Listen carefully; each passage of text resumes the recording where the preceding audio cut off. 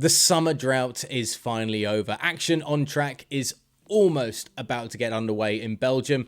But before we get any of the engines started, we still need to rifle through the important news stories coming out of the world of Formula One. It's a Wednesday here at GPFans, and this is all the news that you need to know. Remember, of course, to hit the subscribe button down below to stay abreast of everything that goes on this weekend at Spa, and of course throughout this F1 season. And get onto Instagram and Twitter at GPFans Global. That's at GPFans Global to stay up to date with all of our content across all of our platforms. But for now, let's dive into those all-important news headlines. So let's start with something a little serious. Alpine director Marcin Budkowski has expressed hope the FIA is correctly policing the potential for further copying in Formula One ahead of the sport's new era in 2022. In 2020, in its former guise as Renault, the team exposed the illegal copying of the brake ducts of Mercedes that led to a points deduction and fine for the team now known as Aston Martin. The Alpine director has now expressed his fear that there may still be an exchange of information behind the scenes between the two teams, especially with the new regulations coming into the sport next season, forcing teams to basically build brand new cars. Given that Budkowski's team is heavily embroiled this season in the Constructors' Championship battle with Aston Martin and AlphaTauri, two teams that are heavily linked with Mercedes and Red Bull respectively, the team boss was asked whether he had any concerns going forward about the connections between his rivals and their stronger sibling constructors. "It's a difficult question," said Budkowski, speaking in a recent media session that included GPFans Global. "I don't know what's going on in other people's factories. I don't know what the level of scrutiny the FIA is putting on us as an independent team. Obviously, we don't come under the scrutiny of sharing anything with our competitors because it would be against our own interest.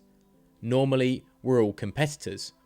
The Formula One I think we'd all like to see is 10 teams or 11 or 12 in the future that just fight each other mercilessly and are just there for their own sporting success.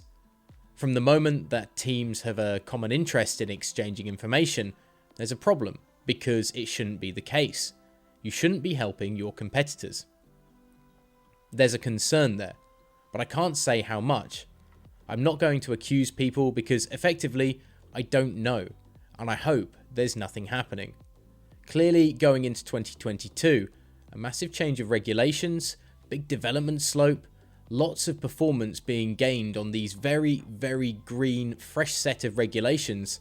The benefits you can get from collaboration, whether it's illegal or less, are massive. If there's a year where these kinds of collaborations could pay off, it's this year for 2022. Clearly, if there's a year where we expect the FIA to be really all over it, it's this year. All seems very fair indeed from Alpine, who are just concerned about, I guess, the sporting nature of F1 going into the future.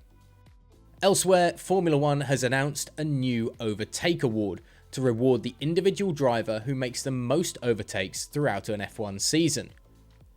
F1 claims the first of its kind honour is designed to celebrate the bravery exhibited by drivers who make bold moves in pursuit of success. Along with the award, new broadcast graphics will be brought into the sport's coverage to signal overtaking possibilities and potential moves.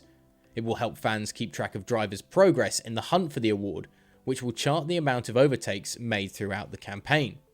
The announcement of the award comes in the same week that former world champion Damon Hill warned both Lewis Hamilton and Max Verstappen of the potential for another high-speed incident between the pair at the Belgian Grand Prix this coming weekend.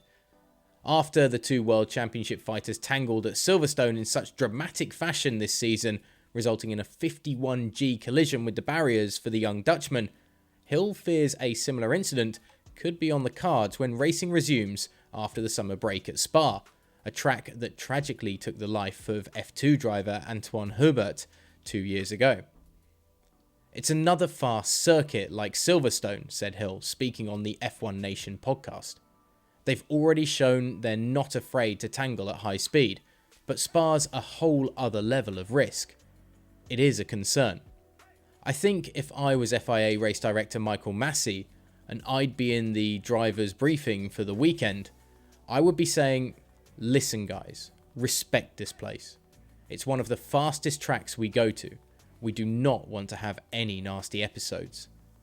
Clearly, it's a fine line then between gutsy overtaking that F1 wants to reward in the future and dangerous scrapping on track between drivers, and hopefully we see the drivers finding a safe, sweet spot on track this weekend in Belgium. And speaking of this weekend in Belgium, Daniel Ricciardo has vowed to turn Sunday's Belgian Grand Prix into one to remember as he celebrates his 200th F1 Grand Prix. The Australian driver will become only the 20th driver in F1 history to compete in a double century of races in the pinnacle of motorsport when he takes part in this weekend's Belgian Grand Prix at Spa-Francorchamps. And the McLaren driver is keen to get back to the action on track after the summer break. It's the perfect track to come back to with its high-speed sections and dramatic elevation changes, said Ricciardo. I've been back to work in the simulator at the factory this week in preparation for the weekend, and I'm ready to get back at it. This is also a special weekend for me as I prepare to line up for my 200th Grand Prix. If you'd have told me back at Silverstone in 2011 when I made my debut that I'd hit 200 Grand Prix, I'd certainly have been very excited about it. It's really a cool milestone to hit, and definitely one that I'm proud of. I'll be doing everything I can to make it a weekend to remember. Ricciardo's season hasn't been an easy ride with his new team McLaren, with just one top 5 finish so far this season, while his teammate Lando Norris sits third in the Drivers' Championship with 3 podium finishes in 2021. But the team as a whole is keen to ensure the return to racing and the landmark moment goes as smoothly as possible this weekend for their veteran driver. This weekend is a special moment for Daniel and the team as we celebrate his 200th Grand Prix, remarked team principal Andreas Seidel. To reach this milestone is a really significant achievement and proves the level of experience he's gained over his 10-year career. He joins an elite club of drivers in passing 200 Grand Prix, and we look forward to celebrating the weekend with him. Now, will Daniel Ricciardo be celebrating the weekend as a winner in Spa?